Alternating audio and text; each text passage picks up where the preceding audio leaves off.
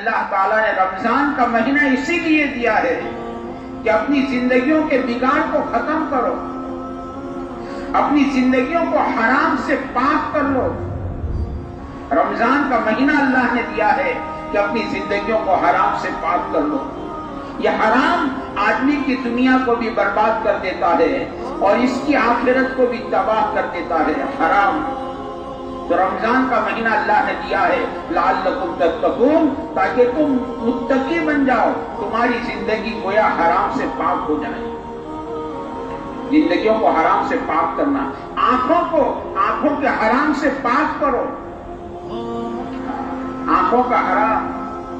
اس لیے میرے بھائیوں، آدمی کا جو ہے نا ایمان کا بہت بڑا مدار، بلکہ یوں کہو ایمان پر خاتمے کا بہت بڑا مدار ایک تو اس کی آنکھوں پر بھی ہے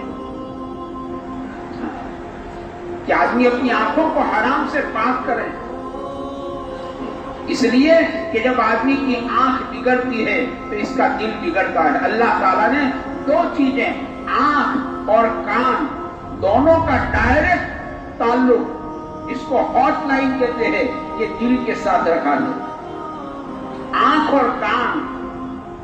اسے دیکھو قرآن کریم نے یہ دو صفات کو بیان کیا ہے کہ ہم نے انسان کو دیکھنے والا اور انسان کو سننے والا بنایا، حالانکہ اس کو چلنے والا بنایا، اس کو بولنے والا بنایا، اس کو پکڑنے والا بنایا، کسی صفات کو قرآن نے بیان نہیں کیا ہے۔ قرآن کریم نے دو صفات کو بیان کیا ہے کہ ہم نے انسان کو دیکھنے والا اور انسان کو سننے والا بنایا، آنکھ اور کان،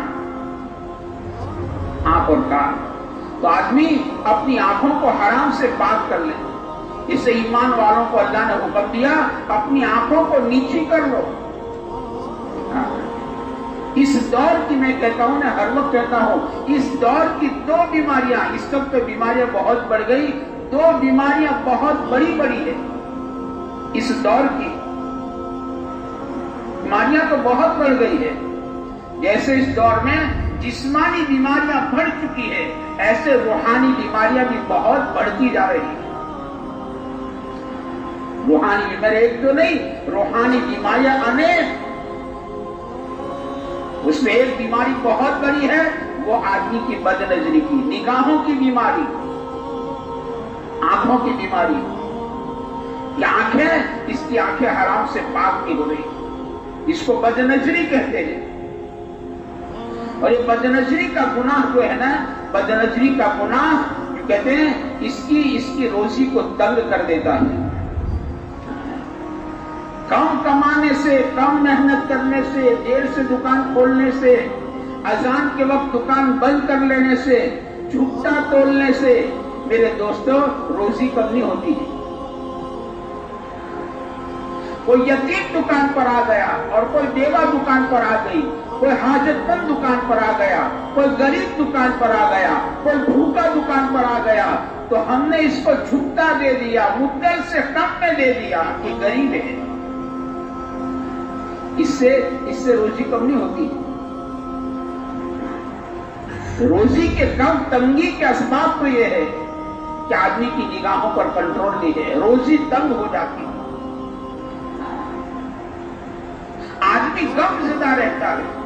یہ اس کے اثرات ہیں، جیسے جسمانی بیماریوں کے اثرات ہیں نا، کہ وہ بخار کے اثرات ہیں اور سردی کے اثرات ہیں، ٹائیفائڈ کے اثرات ہیں، کینسر کے اثرات ہیں، ایڈز کے اثرات ہیں، ایسے روحانی بیماریوں کے بھی تو اثرات ہیں نا،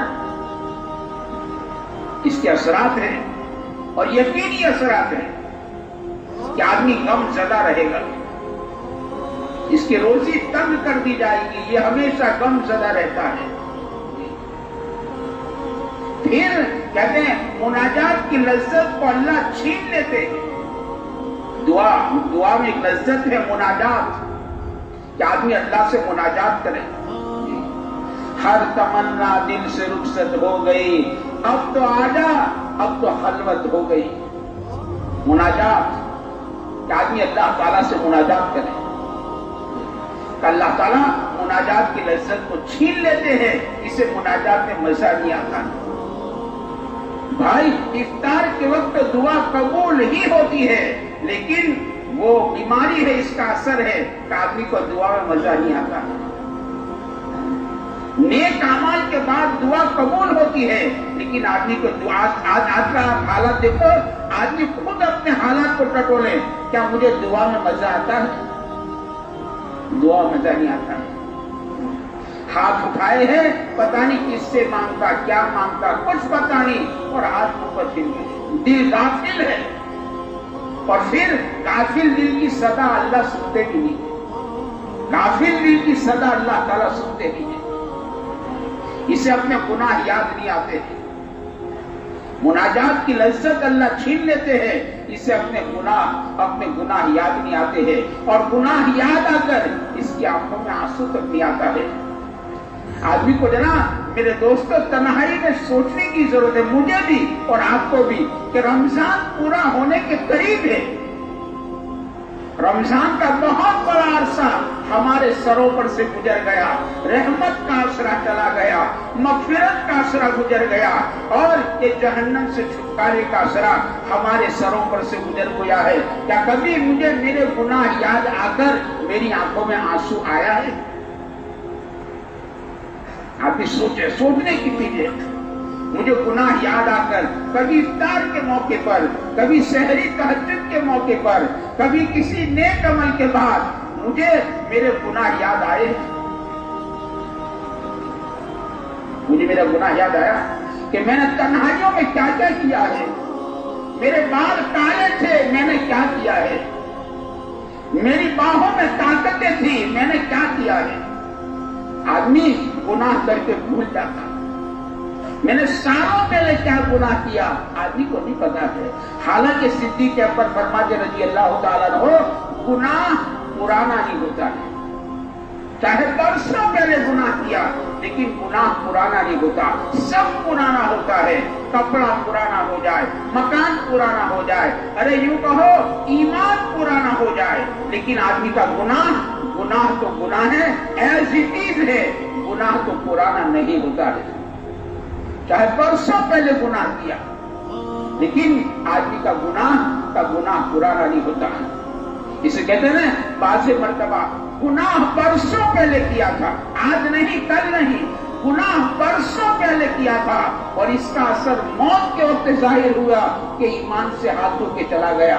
حالانکہ گناہ تو برسوں پہلے کیا تھا, برسوں پہلے گناہ کیا تھا.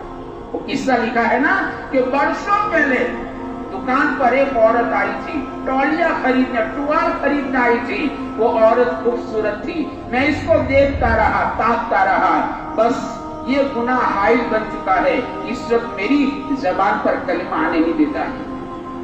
برسوں پہلے گناہ کیا, اور اس کا اثر موت کے وقت ظاہر ہوا ہے. آدمی ایمان سے ہاتھ دھو کر چلا گیا. گناہ ہے.